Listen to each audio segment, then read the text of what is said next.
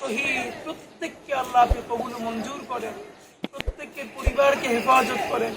আল্লাহ যারা চিরতর অন্ধ হয়ে গেছে, পঙ্গু হয়ে গেছে, আল্লাহ হাজার হাজার ভাইয়েরা, আল্লাহ তাদের উপর আপনার খাস রহমত নাযিল করেন, তাদের সম্মানজনক রিজিকের ফয়সালা করে দেন, তাদের পরিবারের উপর আপনার খাস রহমত নাযিল করেন।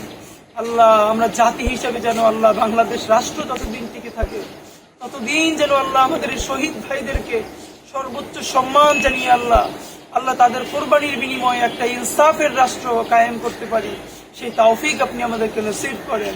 ইয়া আল্লাহ শহীদদের পরিবারগুলোকে আপনি কবুল ও মঞ্জুর করেন।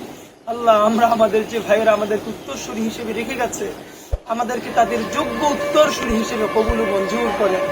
রব্বানা তাকাব্বাল মিন্না ইন্নাকা আনতাস সামিউল আলিম ওয়া তুব আলাইনা ইন্নাকা আনতাত তাওয়াবুর রহিম।